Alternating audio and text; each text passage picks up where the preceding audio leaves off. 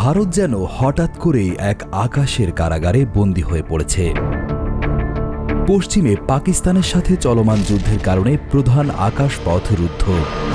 সাম্প্রতিক Israel Iran যুদ্ধের লেলিহান শিখা ইরান ও জর্ডানের আকাশকে গ্রাস করেছে, যা সকল দেশের জন্য বন্ধ। উত্তরের হিমালয়ের প্রাকৃতিক বাধার পাশাপাশি চীনের সাথে বৈরী সম্পর্ক সেই পথকেও করেছে অগম্য। এই চতুর্মুখী অবরোধের ফলে ভারত আজ এক অভূতপূর্ব বিচ্ছিন্নতার শিকার। এই সংকট ভারতের বিমান চলাচল শিল্পকে কেবল দেউলিয়া হওয়ার দিকেই ঠেলে দিচ্ছে না, বরং দেশটির বৈশ্বিক সংযোগ, অর্থনৈতিক উচ্চাকাঙ্ক্ষা এবং কৌশলগত সার্বভৌমত্বকে এক কঠিন পরীক্ষার মুখে ফেলে দিয়েছে। এই আকাশ কারাগারের গঠন বুঝতে হলে এর অদৃশ্য আকাশ দেয়ালগুলোকে পৃথকভাবে বিশ্লেষণ করতে হবে। প্রথম এবং সবচেয়ে কঠিন দেয়ালটি হল পাকিস্তান। অপারেশন সিন্দুর চালাতে গিয়ে তৈরি হওয়া যুদ্ধের কারণে পাকিস্তানের আকাশপথ বন্ধ হওয়াটা ভারতের জন্য সবচেয়ে বড় আঘাত, কারণ এটিই ছিল ইউরোপ এবং উত্তর আমেরিকায় যাওয়ার প্রাকৃতিক এবং সবচেয়ে লাভজনক এরিয়াল হাইওয়ে। দ্বিতীয় এবং তৃতীয় দেয়ালটি হল ইরান ও জর্ডান। এই দেশ দুটি তাদের আকাশপথ বন্ধ করেছে এমন এক আঞ্চলিক যুদ্ধের কারণে, যার সাথে ভারতের সরাসরি কোনো সম্পর্ক নেই। এটি কোলাটেরাল ড্যামেজ বা সমান্তরাল ক্ষতির এক ভয়াবহ উদাহরণ, যা দেখিয়ে দেয় যে বিশ্বের অন্য প্রান্তের সংঘাত কিভাবে একটি দেশকে তার ইচ্ছার বিরুদ্ধে হাঁটু গেড়ে বসতে বাধ্য করতে পারে। পাকিস্তানের আকাশপথ বন্ধ হওয়ার পর ভারত বিকল্প পথে ইরানের ওপর দিয়ে ইউরোপ ও পশ্চিমের সাথে যোগাযোগ রক্ষা করত, কিন্তু ইরান ইসরায়েল সংঘাতে ইরানের আকাশও বন্ধ। ফলে ভারতের সামনে এখন একটি পথ খোলা, দক্ষিণে আরব সাগরের উপর দিয়ে এক দীর্ঘ, ঝুঁকিপূর্ণ এবং অত্যন্ত ব্যয়বহুল পথ পাড়ি দেওয়া। এই নতুন পথের গাণিতিক বিশ্লেষণ করলেই সংকটের আসল চেহারা স্পষ্ট হয়।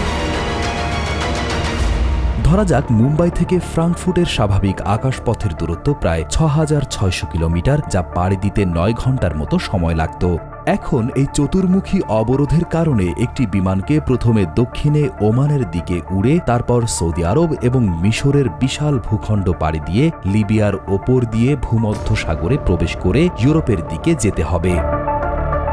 এই ঘুরপথে মোট যাত্রার দূরত্ব বেড়ে দাঁড়াবে প্রায় ১০,১০০ কিলোমিটার, অর্থাৎ অতিরিক্ত পথ পাড়ি দিতে হবে প্রায় ৩,৫০০ কিলোমিটার। এর সরাসরি প্রভাব পড়বে ভ্রমণের সময় ও খরচের ওপর। ঘণ্টায় ৮৫০ কিলোমিটার গতিতে এই অতিরিক্ত পথ পাড়ি দিতে সময় লাগবে ৪ ঘণ্টারও বেশি। একটি আধুনিক দূরপাল্লার বিমানের জন্য প্রতি ঘণ্টায় অতিরিক্ত জ্বালানি ও পরিচালন খরচ বিশাল। সব মিলিয়ে প্রতিটি ফ্লাইটের জন্য ভারতীয় মুদ্রায় প্রায় ৩০ লক্ষ টাকা অতিরিক্ত ব্যয় হবে।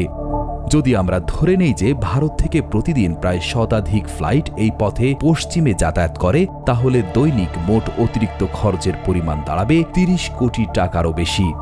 এই বিপুল আর্থিক বোঝা কোনো বিমান সংস্থার পক্ষে একা বহন করা অসম্ভব। এর অনিবার্য পরিণতি হবে টিকিটের মূল্যবৃদ্ধি।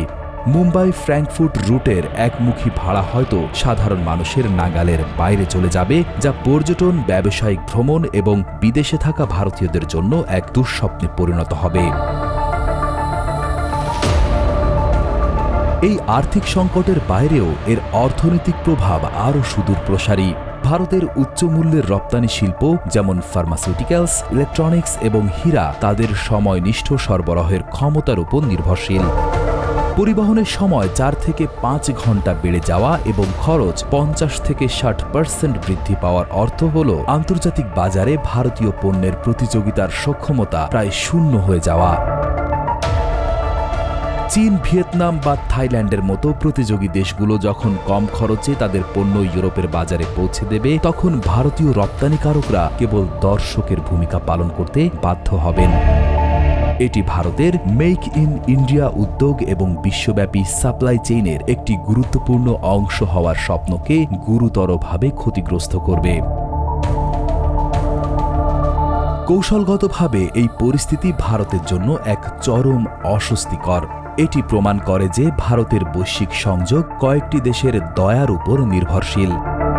আজ ওমান, সৌদি আরব এবং মিশর তাদের আকাশপথ খোলা রেখেছে, কিন্তু ভবিষ্যতে যদি এই অঞ্চলে কোনো নতুন সংঘাত বা রাজনৈতিক অস্থিরতা তৈরি হয়, তাহলে ভারতের জন্য এই একটিমাত্র লাইফলাইনটিও বন্ধ হয়ে যেতে পারে। তখন ভারত কি সত্যি একটি বিচ্ছিন্ন দ্বীপে পরিণত হবে? এই সংকট ভারতের কূটনীতির জন্য সবচেয়ে বড় পরীক্ষা। মার্কিন যুক্তরাষ্ট্র, ফ্রান্স এবং উপসাগরীয় মিত্র দেশগুলোর উপর চাপ সৃষ্টি করে এই একমাত্র দক্ষিণ দিকের করিডোরটিকে সুরক্ষিত এবং স্থিতিশীল রাখাই এখন ভারতের প্রধান কাজ। এই চতুর্মুখী আকাশপথ অবরোধ কেবল একটি লজিস্টিক সমস্যা নয়, এটি ভারতের জাতীয় নিরাপত্তার উপর এক সরাসরি আঘাত। এই সংকট থেকে শিক্ষা নিয়ে ভারতকে তার কৌশলগত চিন্তা ভাবনায় আমূল পরিবর্তন আনতে হবে। অবিলম্বে অতি দূরপাল্লার বিমান কেনার কথা ভাবতে হবে, যা একবার জ্বালানি নিয়ে 15 থেকে 16,000 কিলোমিটার পথ পাড়ি দিতে পারে এবং এই ধরনের অবরোধকে পাশ কাটাতে সক্ষম। একই সাথে আকাশপথের অধিকারকে কেন্দ্র করে নতুন কৌশলগত জোট গঠন করতে হবে, যেখানে পারস্পরিক ওভারফ্লাইট অধিকার নিশ্চিত করা হবে।